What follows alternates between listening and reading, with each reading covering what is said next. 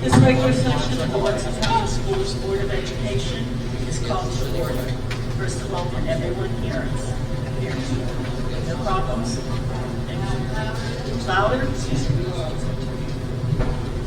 Is that better? Okay, thank you. So the rest of you might want to move your microphones closer also. Okay. We will start with the opening pledge led by Mr. Castello and the invocation by Mrs. Simmons.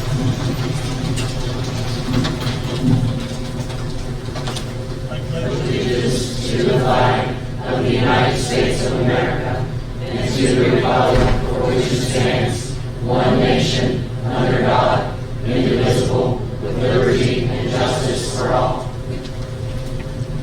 Dear Heavenly Father, we thank you for all those who are present this evening. We come to you asking for your guidance, your wisdom, and your support as we begin this meeting. Help us to engage in meaningful and respectful discussion as we seek to make good decisions for our schools, for our students, and our communities. In Jesus' name, amen.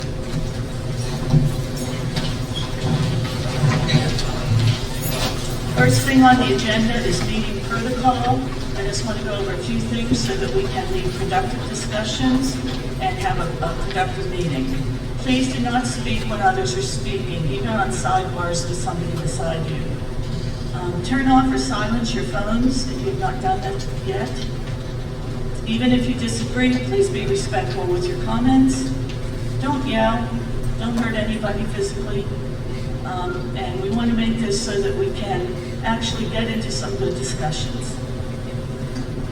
Second thing, to meeting protocol, is board resignation, selection process, and possible action. I received this letter to read to you. Dear Mrs. Porter and fellow board members, it is with great sadness that I have decided to resign my position as a member of the Wetzel County Board of Education, effective immediately. I appreciate the voters of Wetzel County for entrusting me with the opportunity to serve our students and families. When I decided to run for the board, I said from the outset that my family and my kids would always come first. Given the recent events of a few threats made toward myself and my family, I am no longer able to serve as a member of the Wetzel County Board of Education. I do believe in this board and their intent to make for a brighter future for Wetzel County schools. I believe in each individual member and their willingness to serve and put forth thoughtful debate into all decisions impacting our students. These individuals are very giving of their time and underappreciated by many. So thank you to each of you for your time, your willingness to serve, your dedication to the students and families of our school system. I am also confident in our new superintendent, Mrs. Porter. I firmly believe she is the right person to lead our school district to new heights. I want to thank her for her willingness to take a chance on Wetzel County schools, and it is my hope that this Board of Education and members of our communities will fully support her and her administration. The challenges we face are significant and will undoubtedly require difficult debate and decisions. I urge everyone to use the one guiding light that will make these decisions easier, and that light is to provide all of our students with the absolute best educational experience. Best wishes, Dr. Rob Christian. With that being said, I make a motion to accept the resignation of Dr. Rob Christian. Is there a second? Second. Any discussion? It has been moved and seconded to accept the resignation of Dr. Rob Christian. All those in favor say aye. Aye. Aye. Opposed? Motion carries unanimously. We'll miss him as a board member. Okay, the next thing is to discuss the selection process. First of all, he was in District 2, and so many people think it has to be a District 2 person. It can be, but it doesn't have to be. We are not allowed to have more than 2 people from any district, which means if you live in New Martinsville city limits, you can't take this position because we already have 2 people from that district. If you live anywhere else in the county, you are eligible to be able to fill his position. The only people who can't are those in District 3 in Martinsville. District 1 and District 2 can both fill. There are various ways that it can be appointed. It is recommended by the School Board Association that we do it as quickly as possible because it's sometimes difficult for a board to deal with votes when you have an even number of people and to get anything to move forward. And so they recommend that we do it as quickly as possible. There are various ways that it can be done. There are different laws in which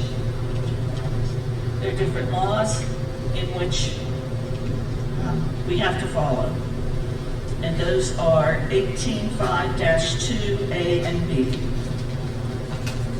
I would recommend that we actually, first of all, we can just appoint somebody. The superintendent can recommend somebody. We can do open interviews. We can do closed sessions. I think for transparency's sakes, this is one, you may not feel the same, so speak up. I think we need to do open interviews with people in the audience so that nobody feels we're not being transparent. However, when we do vote on someone, we do have to go into executive session due to the personnel matters that would be discussed. We could, at this point, this is what I would recommend, have anyone that is interested in filling the vacancy to send a letter of intent with your contact information and that you are interested in the vacancy position and send it to the county office. You can send it to Mrs. Simmons. She will get them together and give them to me. We have to decide when we need to have it. Well, I think we should give this whole week to have it. So maybe if we said by, let's say Tuesday next week at noon, that it would have to be turned in, but either by walking it into the office or by mailing it in.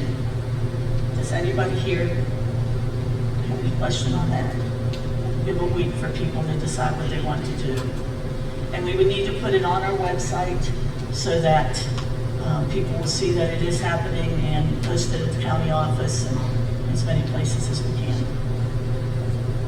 Okay, so if we get it in by then, that would mean at our next meeting, which I believe is September 11th, if we only have 2 or 3 people that want that vacancy, we could just do it at the beginning of the meeting.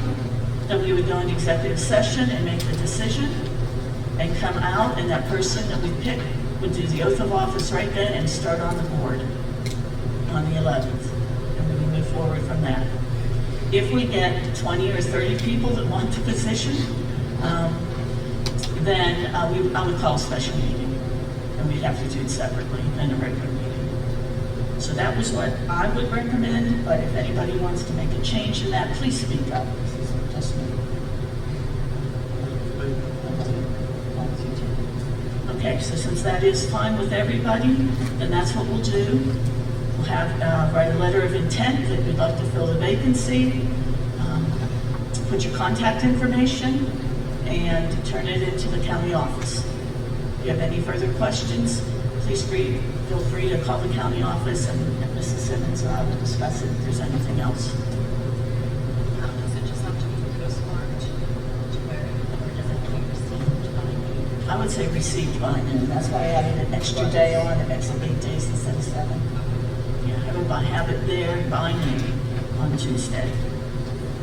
Anybody else have anything on that? Okay, so I think we did everything listed there. We did the resignation, the selection process. We took the action to accept his resignation. We'll move on to the next thing. Okay, the next thing is delegation process. First of all, there is no law that says that we have to have any delegations allowed to speak. None whatsoever. I don't like that. We're going to have delegations speak because that's the only way we can hear from our community members. However, I want to go over the process with you so everybody understands it. Delegations must sign up at least 15 minutes prior to the meeting.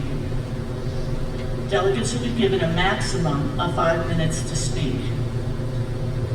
If one person is going to speak for a group of, let's say, 10 people or something, they can speak, and I can give them a couple minutes extra because they're speaking for so many. Not the 5 minutes for every person, but I can extend that a couple minutes if you're speaking for a whole group of people. The board is not responsible for anything delegations say. If a delegate, a person speaking, says something that's incorrect, if they slander someone, if there's anybody that files a suit against them, the board has no part in that whatsoever. Delegates in charge of what they say. The delegation is to address their comments to the board. I will use the gavel as I need to. I used it at the last meeting a couple times to try to quiet people down. And I can also use it to stop anyone who's not following the rules. And if a person does not, then I can ask them to leave the meeting. We've got to keep this respectful. I just think of our students. When I was teaching, you wouldn't say to them, scream and yell and have them scream and yell and get in fights and hurt somebody. We don't need them to see that either. We need to have a respectful situation. It's necessary. Mrs. Porter, I would like if you would please pull together a few people from your staff, maybe someone from the board, to review the delegation policy so that we can look at it and see what some other counties do and see how we might want to change ours or amend it.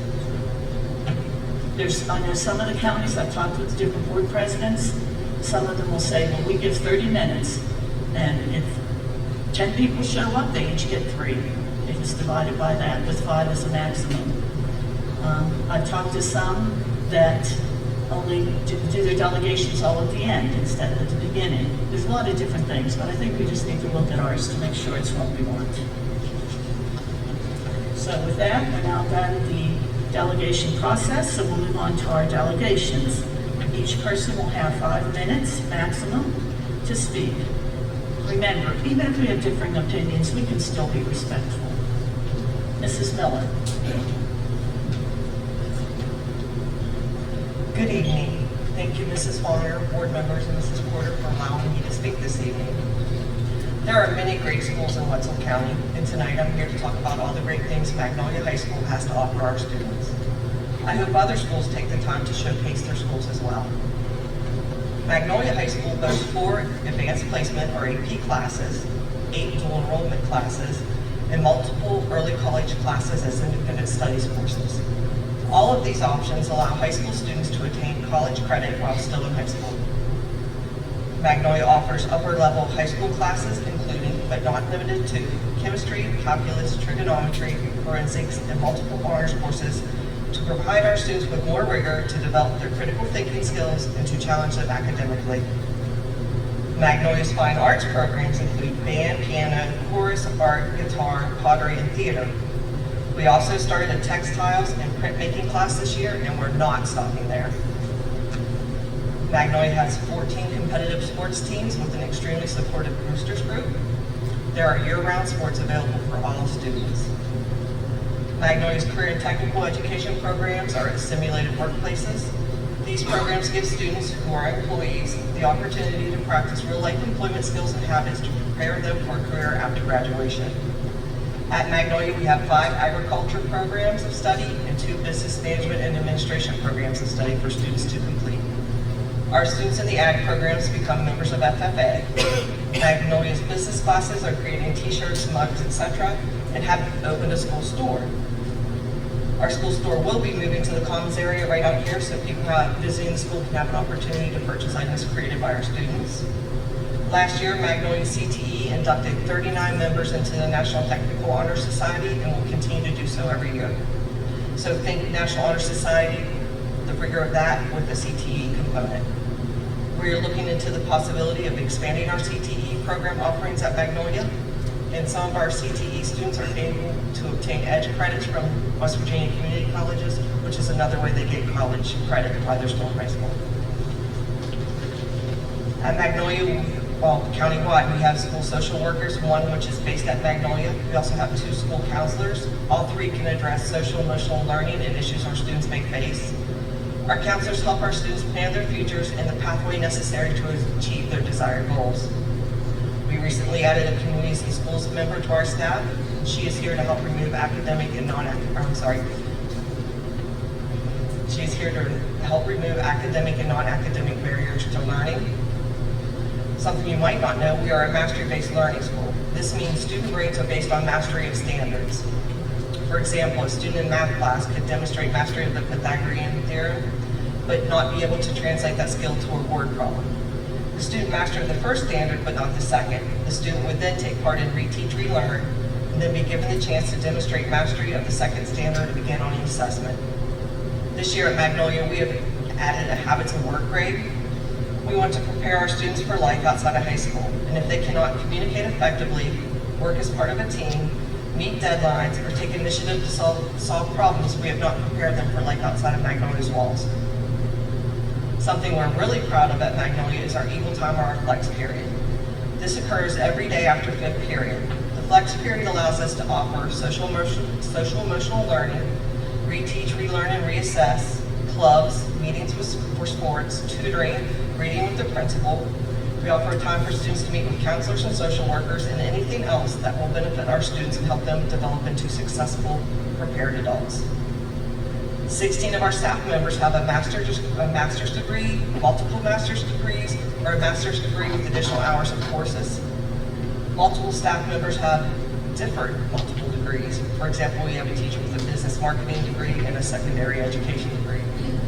We have one member currently working on their national board certification. Our staff has a presidential award winner, a recent finalist for West Virginia Teacher of the Year, and recent Wetzel County Teachers of the Year. Magnolia's staff is dedicated to lifelong learning, and we want to not only serve as role models for our students, but we also want to improve our skills to better serve our students. Magnolia students and staff are actively involved in the community. For example, last year, Magnolia staff and students worked together to raise over $5,000 for Wetzel County Relay for Life. We are proud of our students and we are proud of Magnolia. We as a staff are working every day to make our school better to serve the needs of our students. Thank you for listening. Thank you. And I forgot to mention, we're not allowed to reply to what you said. It's not that we want to. Okay, our second delegation is Dan Wilson. I want to thank President Faulkner and the rest of the Board of Education, Superintendent Porter, and the county office staff, Ms. Miller, and the rest of Magnolia High School, and everyone in here to allow me to speak.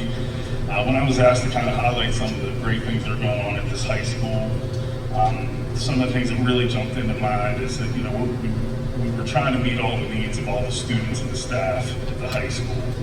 And one of the things that Ms. Miller put together right off the bat was Summer Academy, where we had all the teachers in, and we kind of got on the same page and worked on some goals and that kind of thing. I thought it was great.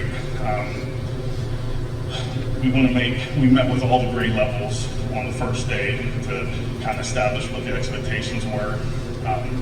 The most important thing that we wanted to make sure the students know how much we care about them, because I think that's kind of where everything starts. Discipline is one of the things that I'm focusing on here, and Ms. Miller wanted to really make sure that everyone was on the same page, and we were working to streamline communication, so we have a form that all the teachers can fill out so that we can address the individual needs of the students. One of the things that I was really impressed with is the team approach to discipline that we have here at Magnolia. Administration, teachers, counselors, social workers, everyone really working together that can connect with these kids when there are issues, especially with me being new and not knowing everyone, being able to bring a social worker in and our counselors in when we're having issues is really just a great thing, and everyone's bought into it. The kids have forms that they can request meetings with counselors and the social worker as well. So I thought that was great. The school pride, I noticed that, that's really one thing that me and Ms. Miller want to work on, getting the school cleaned up and organized. Ms. Miller spent a whole Saturday power washing, and I was in the building kind of organizing chairs and tables. She put a list together of things that the teachers needed, so that was the thing that I was doing. I love the clubs. Monday, Tuesday, Thursday, and Friday, they have offerings where there's different choices that the kids can have during our Equal Time. And then Wednesday, the social emotional learning. I think that's also important to address the needs. On the first day, Ms. Miller got the whole staff with the same T-shirt. We showed unity, and I thought that was excellent as well. Continuing with traditions at Magnolia, the senior march was something that I really liked, and that was the first time I experienced it. And then, you know, to meet the team, things like that. The athletics, the band, the extracurricular activities, those are all great things that are, you know, promote pride with our kids, and you know, walking around the halls and seeing the traditions at Magnolia. So, you know, I really want to focus on, you know, letting the kids know how great a school this really is, and you know, all the things that we need to do to kind of, you know, keep up the enthusiasm. And we have really great leaders as far as coaches and advisors for that kind of thing. And then, you know, I taught special education for 20 years, and I just can't tell you how much I've been impressed with the special education staff here at Magnolia and at the county office, and how organized they are, and how they follow procedures and really meet the needs of the students. But you know, overall, I'm just really proud to be part of this. And you know, when I got approved for this position, I was moving and I couldn't come, so I really want to come here and meet everybody and just let you guys know how much I love this place. And I think if you're going to highlight Magnolia, it really starts with Mrs. Miller, because she's worked as hard as you're going to get, and her heart's in the right place, and she's super organized, and I'm really proud to work with her. So, you know, I want to do what I can to serve the needs of the kids of this community, and I just love it here. So I want to let you guys know. Thank you. The next person is Rebecca McLean.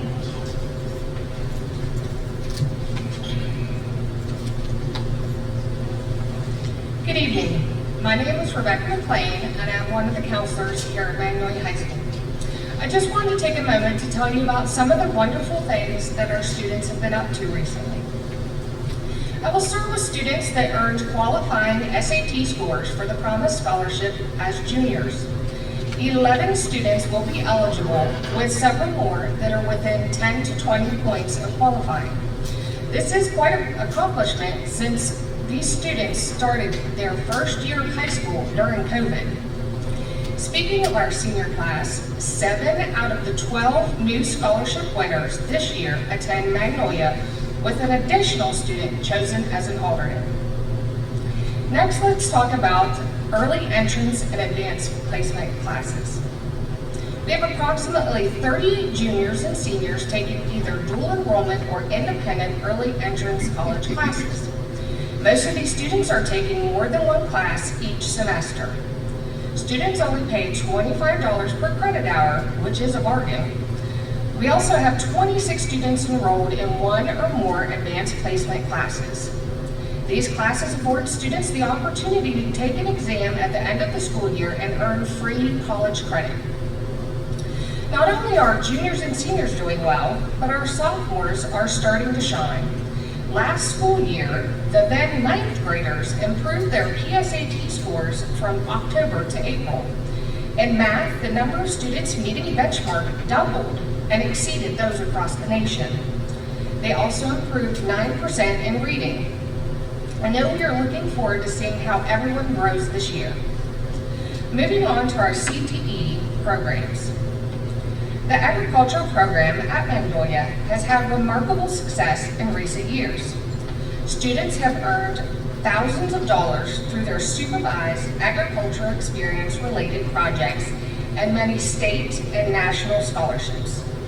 Many recent graduates are utilizing the skills and knowledge they learned in our labs and classrooms in the workforce already, while some are continuing their education at college in programs such as animal science, veterinary medicine, agriculture education, soil science, etc. Competitively, students at Magnolia have represented our ag program and school at a high level, earning state championships year after year. The MEETS evaluation program has won the state title consecutively for the last 3 years. The land judging team earned the state title in 2022 and went on to place 7th nationally out of 93 teams from 44 different states. The floriculture program has been competitive as well, earning state championship in recent years, as well as having many teams place in the top 3. This school year, we should have about 125 FFA members. Our business program is currently working on mock interviews for simulated workplace. The 2 companies we have are Magnolia Managers and Magnolia Market.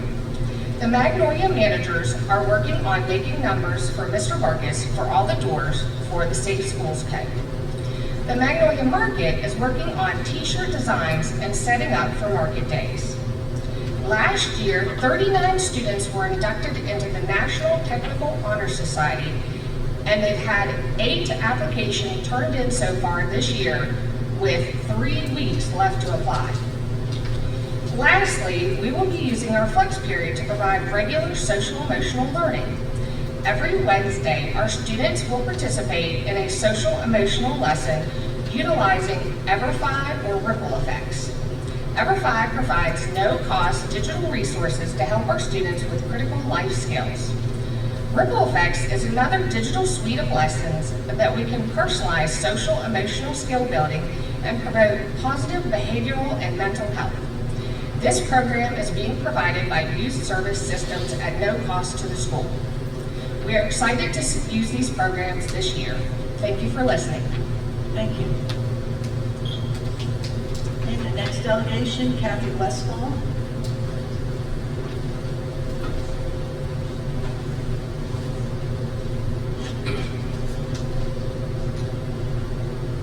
Good evening, everyone.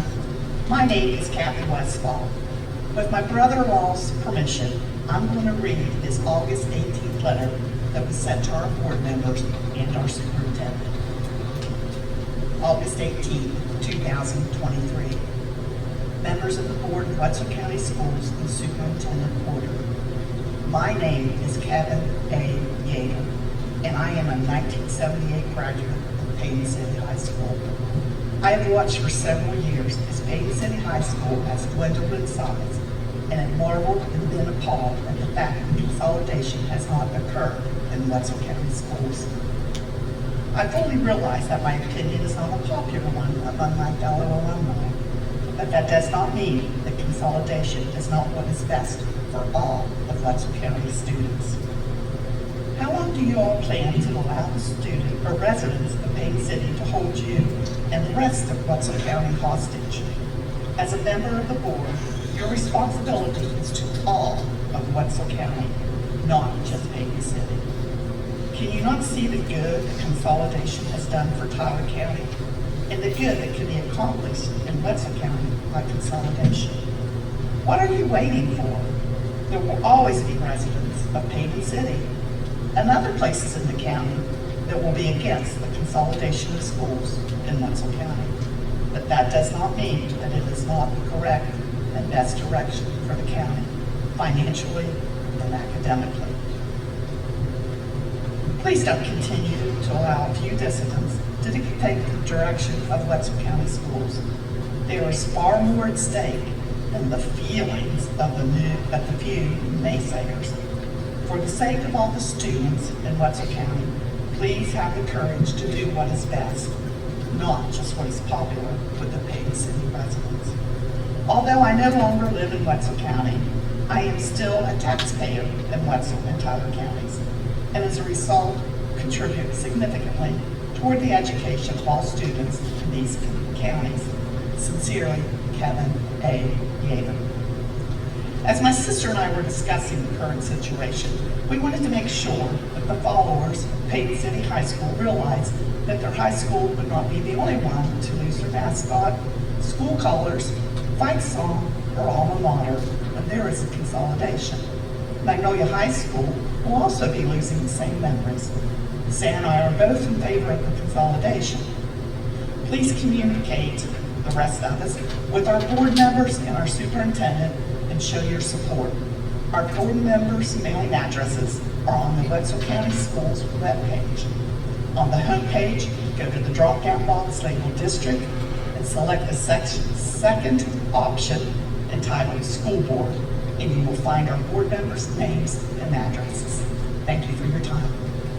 Thank you. Our next speaker is Vince Monceau.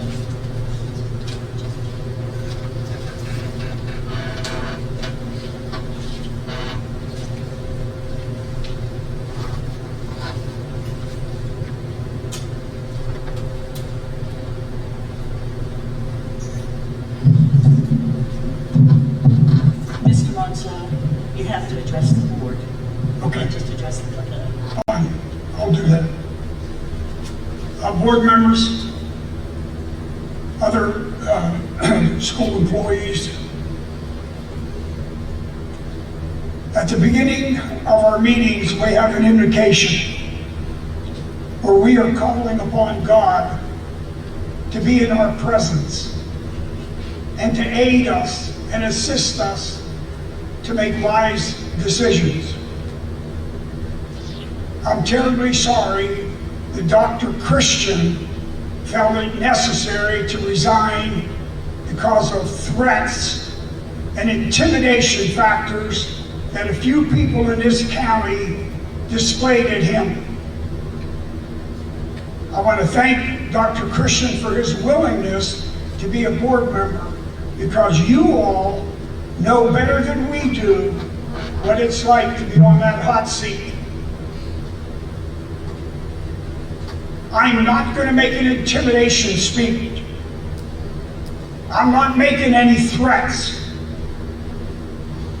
This is not my feelings, and it's not my emotions. This is not anti any community. It's not anti any school. But I am going to state facts. I challenge the board, and more precisely everyone in the audience, to Google teacher shortage in West Virginia. Google it. You will see last year there were over 1,500 shortages in the state of West Virginia. This year they anticipate 1,700 teacher shortages in the state of West Virginia. Our neighboring county, because there have been threats of taking children to that county, they don't have any personnel needs at this moment, professional personnel. But again, that's one school. The schools that are affected the most are those in large counties or those in counties where there are smaller schools and a lack of population.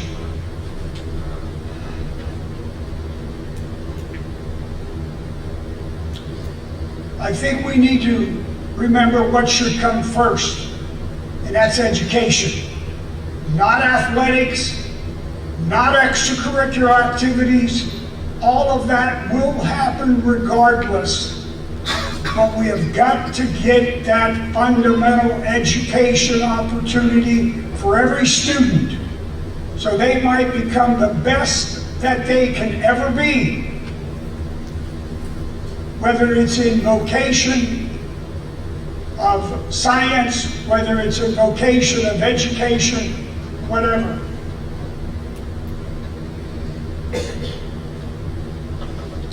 Again, I emphasize that we've got to keep education first. Please, otherwise, without that, these children will be lost. Thank you very much. Thank you.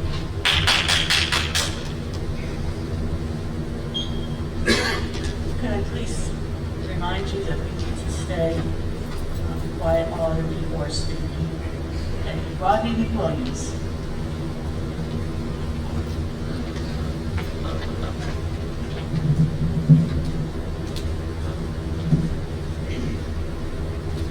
First of all, I want to thank the Board of Education members for the allowance for the delegation, the rather large delegation from Payton City, who spoke at the last meeting in regards to the recommendation that was very school-specific that we needed to address at an immediate time frame.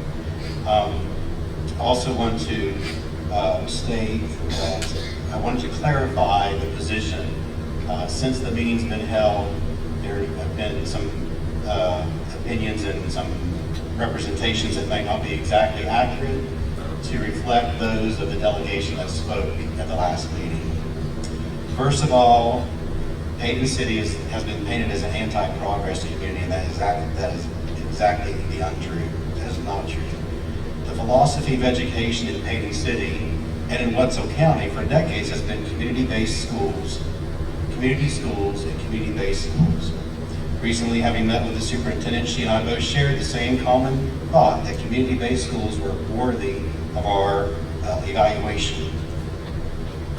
We believe in schools in the 4 attendance areas of the county: Hayden City, New Martinsville, the Valley Short Line area, and the 100 Long Range area. All community schools in each of the attendance areas. To that end, we are committed to working alongside the elected Board of Education members, the administration of Wetzel County Schools, and those of Hayden City High School to explore all options that would improve and enhance the schools in all attendance areas, including addressing the equitable funding of the facilities, providing enhanced curricula, and addressing the staffing issues, including working with the lawmakers and state administrators to update the state funding formula, which is terribly outdated and puts us at a fictitious and unfair disadvantage. This again has also been communicated along with our county superintendent. We feel that this all can be accomplished with the present configuration of facilities that support the community-based schools in our county. This has been the history of our county, and we feel it should be and can be a viable future for our county. Mimicking other counties in the Panhandle is just that, mimicking. Instead of being aligned as the county that has 4 high schools, we should take pride that we are the county with 4 high schools and work to make them the best 4 high schools in any county district in West Virginia. We do that by focusing on making them curriculum-driven, fiscally sound, student-focused, and safe learning environments that produces graduates that are ready to meet the challenge of the world head-on, instead of teaching them to take the easy way out when a situation presents a challenge. Thank you. Thank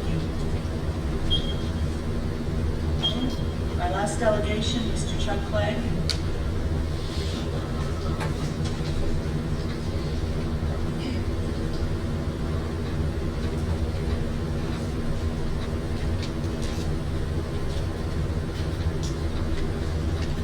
Good evening, members of the Board of Education.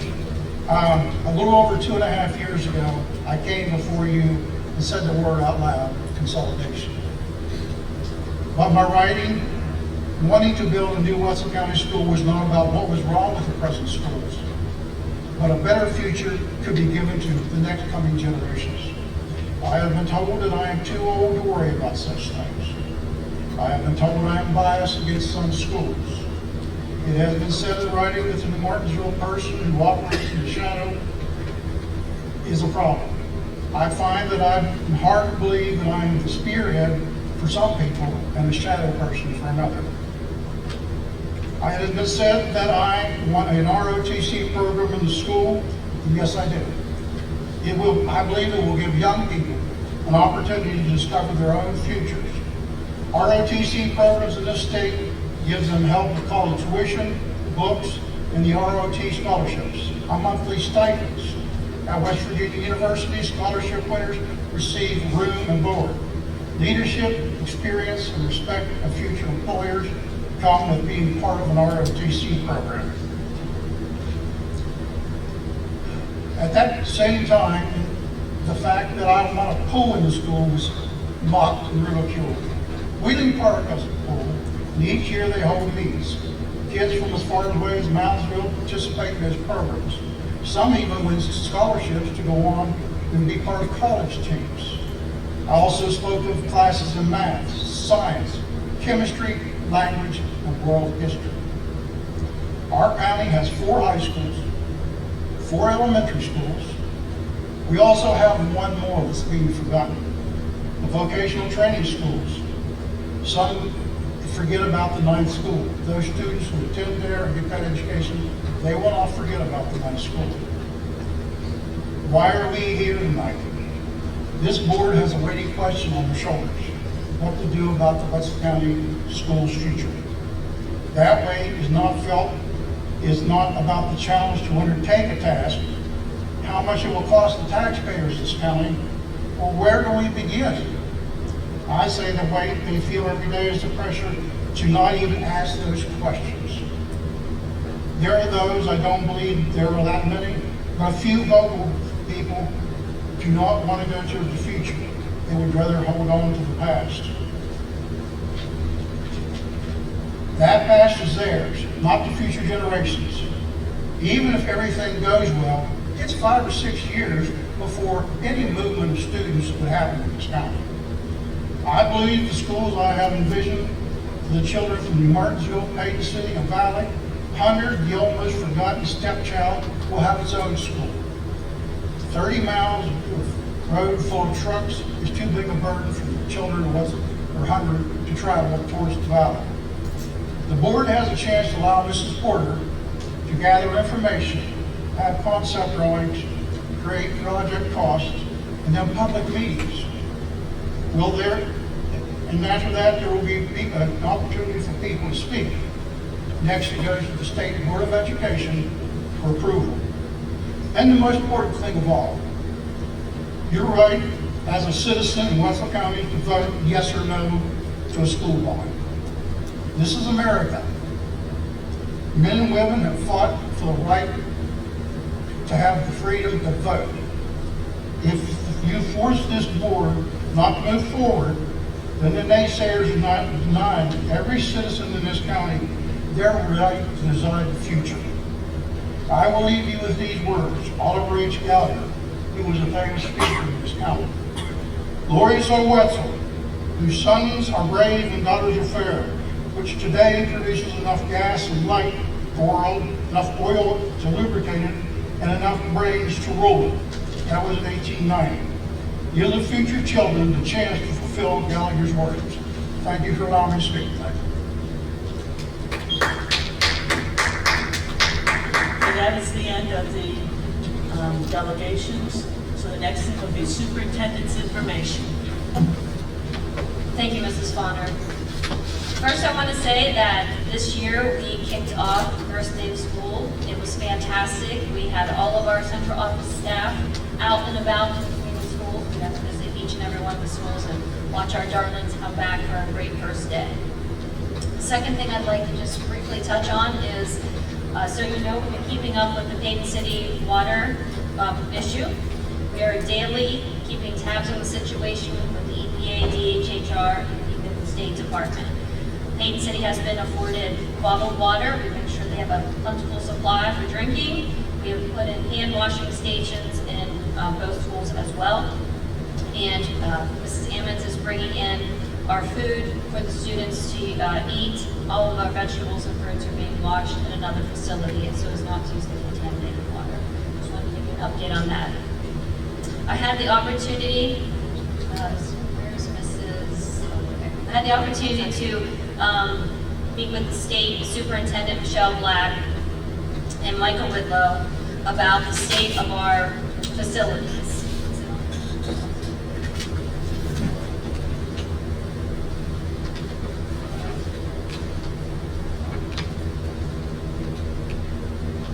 I just wanted to go over this facilities analysis. So the State Department came in last year and worked on a facilities analysis. And the next slide, I'm actually going to show you the facilities analysis for the entire state of West Virginia. If you look at these 4 slides, or this slide up here with these 4 different quadrants, at the top, quadrant 3, the facilities will be deteriorating but sufficiently utilized. If you go over to the green quadrant, the sound facility is sufficiently utilized. So that would probably be where we'd like to see most of our schools. Down in quadrant number 2, the facilities are sound, but they are underutilized. This is happening more and more in West Virginia as our population is decreasing. And then in quadrant 4, the facilities are starting to deteriorate and they are also underutilized. So we would not want our schools to be in this quadrant. If you look at the next slide, A, B, C, D, E, F, G, and H are all in zone or quadrant number 4. Those are our schools in Wetzel County currently. So currently, our facilities do need upgrading or replaced, and we are underutilizing them. Again, this is a lot with what's happening with the population deteriorating. So, as you can see, we are not in a good spot as far as utilization of our buildings or the shape that our buildings are in. I wanted to make sure that we showed that to you tonight. Mrs. Porter, so all the dots that are on there are all the other high schools? Yes, I'm sorry. All of the light blue dots, if you can see them, are all of the other high schools in the state of West Virginia. So there are other high schools in Zone 4, Quadrant 4. That looks to me like the majority of those schools fall in Zone 1 or Zone 2, but that is correct. Those are the rest of the high schools. They just specifically listed the Wetzel County schools by letter, and then you can see at the bottom the utilization factor for each of our schools. So we don't use any of our buildings to even have capacity at this point. The last thing I'd like to report on this evening is I will be attending a new superintendent's meeting this Thursday evening and Friday morning at Stonewall Jackson, where other new superintendents and seasoned superintendents will get together to work on ideas to continue the progress in the state of West Virginia for our students. We will work on curriculum and rigor for all of the students in West Virginia, and I will be there to represent our county. Thank you. Okay, the next thing we have is superintendent recommendations. Letter A, approval of minutes from the regular meeting August 14th of 2023. Do I have a motion to approve? Approved by Mrs. Nice. Is there a second? It is seconded by Mr. Glasscock. All those in favor say aye. Aye. Those opposed? Motion carries unanimously. Okay, now we'll look at all the next ones in the whole groups. B are personnel matters, professional personnel, service personnel, extracurricular, leaves of absence, reassignments for 23-24. Do I have a motion for approval of the superintendent's recommendations as listed under personnel matters? Submitted by Mr. Castello. I will second it. All those in favor say aye. Aye. Opposed? Motion carries unanimously. Letter C, ratification of superintendent's recommendation. Consideration and possible action on the superintendent's recommendation that 2 professional employees' unpaid suspensions be ratified by the board. I move that we go into executive session since we're going to be discussing personnel matters about specific people. Do we have a second? It's been moved by Mrs. Spawner and seconded by Mr. Glasscock. All those in favor of going into executive session, say aye. Aye. Opposed? Motion carries unanimously, and we will go into executive session at 7:18.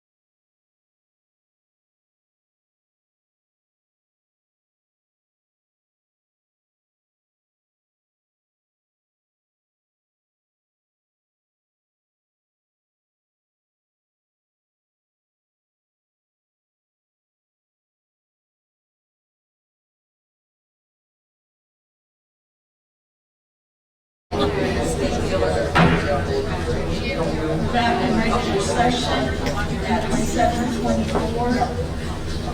We left executive session on motion by Mrs. Nice and seconded by Mr. Castelo, and left executive session at 7:23. Mrs. Porter, do you have a recommendation for us? Madam President, I have two recommendations. I recommend the board uphold my recommendation for the unpaid suspension of Leslie Lively, physical education health teacher at Short Line School, effective beginning August 14, 2023. Do we have a motion? I'll move that we accept your recommendation. Do we have a second? Second. Seconded by Mrs. Nice. All those in favor say aye. Aye. And abstain. So that's 3 that said aye and 1 abstain. Motion carries. Do you have another recommendation? Madam President, I recommend the board uphold my recommendation for the unpaid suspension of Elizabeth Brown, special education teacher at Short Line School, effective beginning August 14, 2023. We have a motion to accept her recommendation. So moved. Moved by Mr. Castello. Is there a second? Second. Seconded by Mrs. Nice. All those in favor of upholding the recommendation say aye. Aye. Aye. Opposed? Motion carries unanimously. Next thing is routine matters, out-of-state trips, memorandum of agreement. Do I have a motion for approval of the superintendent's recommendations as outlined under routine matters? So moved. Moved by Mr. Castello. I'll second it. It's been moved by Mr. Castello, seconded by Mrs. Swanner. All those in favor say aye. Aye. Those opposed? Motion carries unanimously. Treasurer's report.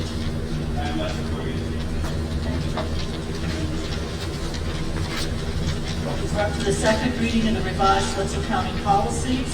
This is the one on transportation for school-sponsored activities and certain county board-owned vehicles.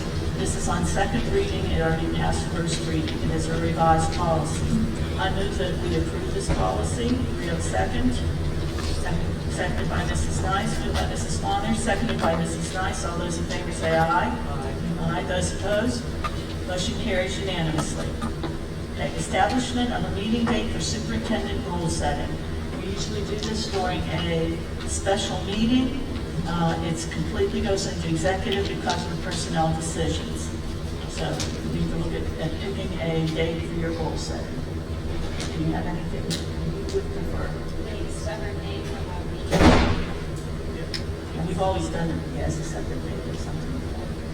I mean, if you don't know something right now, you can back to us this week, but we need to get it set because by September 15th, it has to be all done. Okay? It would depend upon what you can do. I can make it work. Okay. So we'll do that and we'll set it tonight. Okay, LSIC review.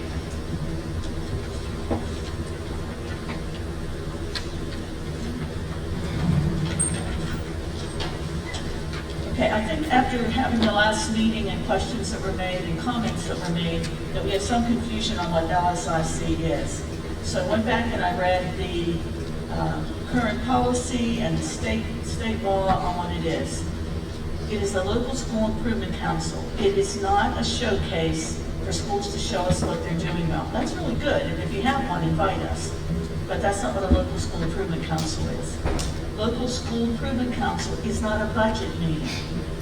Mr. Lancaster takes care of working on that for us. He checks with people at the county office. He goes out to the schools. If somebody needs something and they're not getting it, they need to let their principal know who can then move it up the line. But it's not a budget meeting. What has been asked for the most in the past 2 years, I went back and looked at those meetings, read the minutes. What's been asked for most was for students that were having behavior problems. Principals wanted some funds to do things for their PBIS, their positive behavior rewards, and we did fulfill that.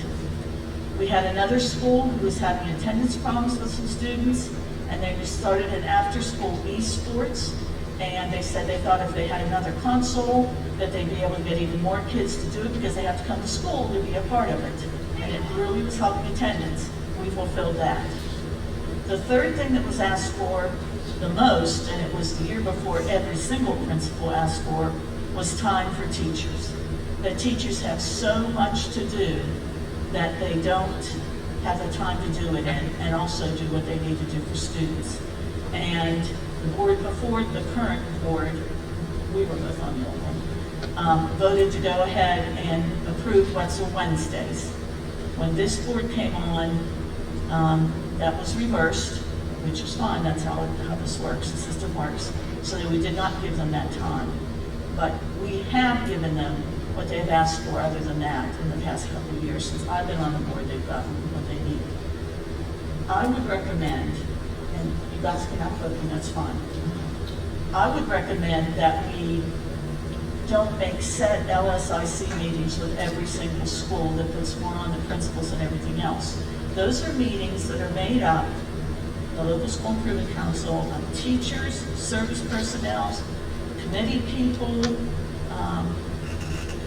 service personnel, professional personnel, so they can get together, and they're supposed to meet 4 times a year.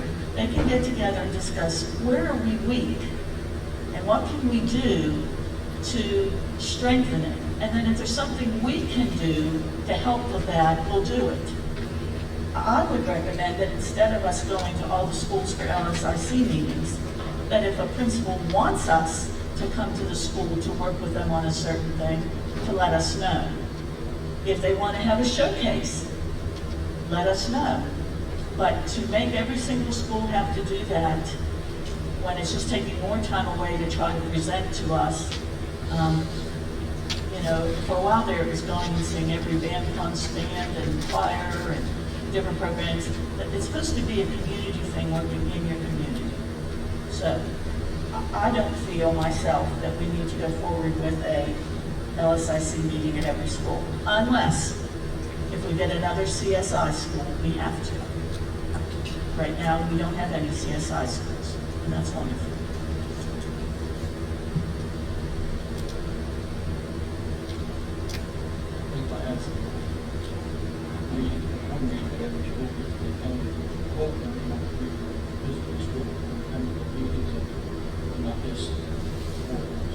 Okay, so you're saying not necessarily do LSIC, but move a meeting to a different attendance area and have a meeting. I like that. I agree with that too. And we could go a little early if you want to walk around and see what the school's like and what's going on. But to have them, I want to say, perform and put on a meeting for us, especially as LSIC, I just don't see that need.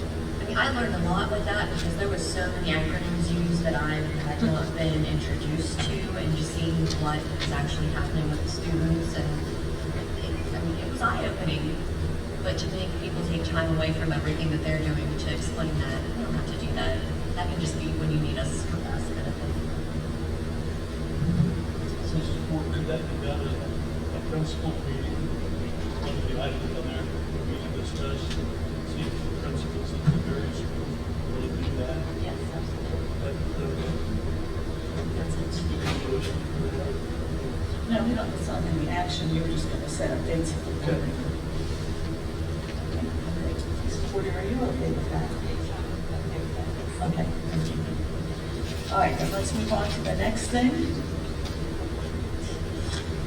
Board member committee reports. Long time? This is Porter and I attended Molokai meeting last week, and they're getting themselves up and running. They did not have any firm enrollment figures for the counties. They're going to put that together because they had some students transitioning, so we'll know the numbers down there next week. What else? I know this one. So under other items, discussion policy 2322, West Virginia support and accountability, school performance, student outcomes, academics, and student achievement. Mr. Houston, would you like to start this evening for us?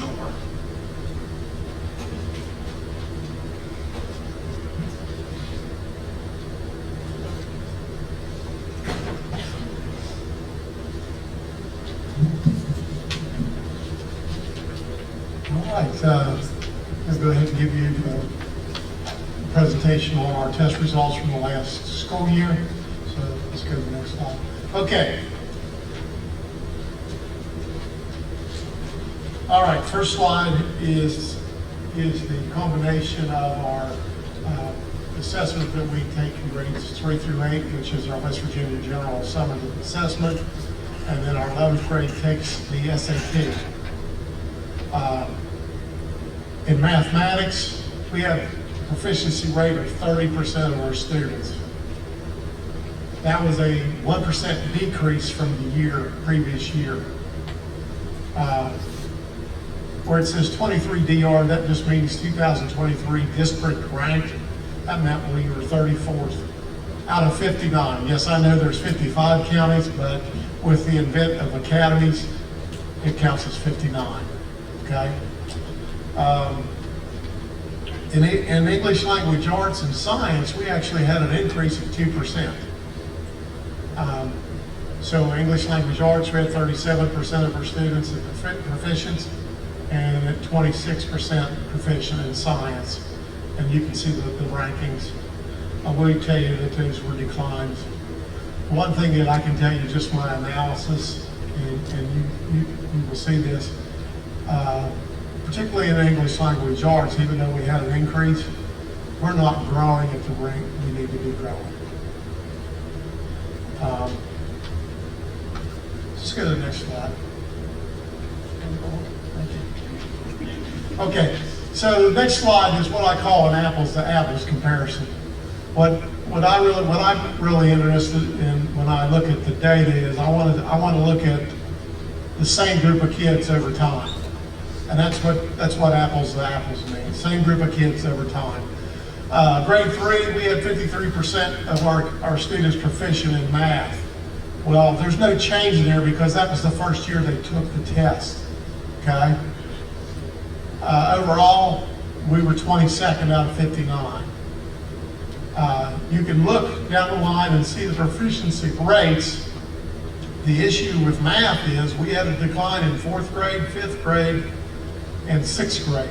And you can see the rankings. But a positive note, we had 5% increases in 7th and 8th grade, which was a good thing. Let's go to the next slide. And English language arts, again, we had increases in growth every grade except 7th. But again, we're just not growing at the rate we need to be growing. We're going to have to continue to work at that. And those are, again, the same kids over time. All right, next slide. Now, when you go look at science, and I have two pretty pictures. I have oranges and apples. And I say, when you're with science, you're comparing oranges and apples. They're not the same group of kids. You only assess science in grade 5, 8, and 11. Okay? In science, in grades 5 through 8, again, this is a general summative assessment. We had a 2% increase in 5th grade from the previous year, but we had a 4% decrease with our 8th graders. Again, they're not the same group of kids, different kids. Okay, let's go to high school. Again, with high school, another apples and oranges comparison, different kids. They only take the assessment in the 11th grade. In mathematics, though, we had a 2% increase from the previous year. English language arts, we had a decrease of 5%, and we had a large increase of 8% from the previous year in science. You can see the proficiency rates. Let's go to the next slide. The last slide I have for us was a comparison of our high schools. There's 112 high schools in the state. If you look at math, let me flip it over so it's easier to read the class.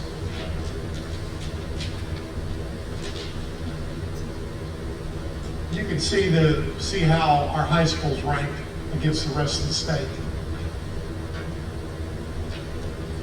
You know, in mathematics, Hunterd High School was 24th out of 112, Magnolia was 51st, Valley was 67th, and actually that was a pretty good improvement on Valley because last year, I believe Valley was like 110 out of 112. Payne City High School was 100. English Language Arts, Hunterd was 37, Payne City High School 76, Magnolia 84, and Valley 100. And then you can see the science scores. 100 did an outstanding in science, 6th in the state. Magnolia was 47th, Valley was 71st, and Payne City High School was 101. So that's where our high schools rank. I don't have it on the slides, but if you want to know in the future how our elementaries rank, I can give that to you. Any questions for me? My usual comment, I make it almost every meeting. Some schools have figured out how to do some things better than other schools. We need to work with them so we're all doing it. Thank you, Mr. Houston. Mr. Vargas?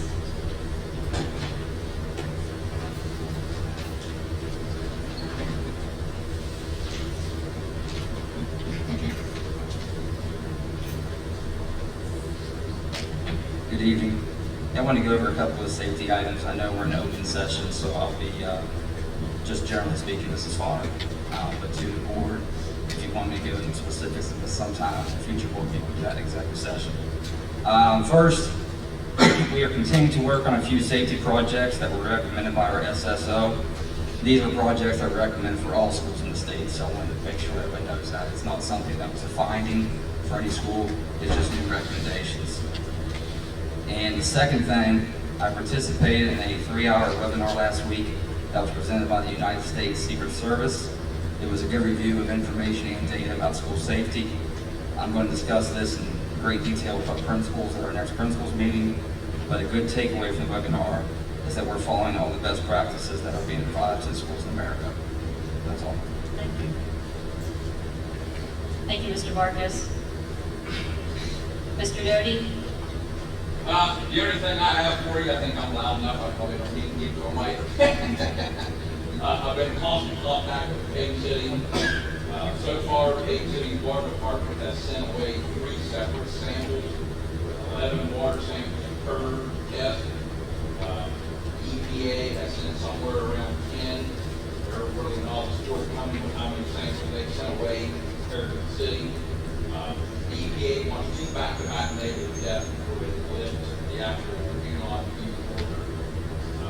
As of about 3:30 this afternoon, I talked to Josh Payne City. The first set of samples from last Tuesday came back. They had about 4 different locations. Payne City Elementary School was at 0.69. The max level was 0.5. Payne City High School was right at 0.5, so they were right at the limit. Actually, that's not counted anything. He said what that's telling them is the residuals that they have are in line with the water, so we're into the water line where some of the GCE still set. We're still waiting for the rest of the samples to come back. So when he's hopefully sometime midweek that they're going to get some more samples back. We've been in contact with Charleston, waiting for them to give him clarification on. They put do not use, and then Payne City said do not consume. He's trying to get the state to give more clarification, but he was always told just not consume, but you can still use it after in hands. Nobody's giving an actual definition of what it is, and I'm still trying to get sense. But other than that, we're still maintaining bottled water, we're still filling up the hand washing stations, and hand sanitizers. So as soon as I get more information, I'll let you know. Thank you, Mr. Doty. Mrs. Stanford? Thank you. Mr. Kimball? Mrs. McLaughlin? Mrs. Ammons? Mr. McPherson? Just that we continue to work on staffing issues and have done everything and continue to do everything we can to have certified teachers for our students. Thank you. I believe we still are still posted some special ed calls. Mrs. McPherson? So good evening. I'll speak from up here. So thank you to Magnolia High School for the prep for tonight's meeting. It made my job a lot easier back here. Thank you to our tech team for not only helping to get all of this ready, but also working with our technology, working with our laptops. We've run into a few hiccups this year, So I do want to say thank you to our students and staff for your patience with us during this time, and we are working as quickly as we can to make sure all of those laptops are prepped and distributed. Thank you. Thank you. Mr. Lancaster, you had said no report earlier? Okay, thank you. That's all of our reports, I believe. Okay, date and time of the next meeting will be September 11th, 2023 at 6:30 p.m. So I have a motion for adjournment. Moved by Mrs. Nice, do I have a second? Second by Mr. Glasscock. All those in favor of adjournment, say aye. Aye. Those opposed? Motion carries unanimously. We're done at 7:45.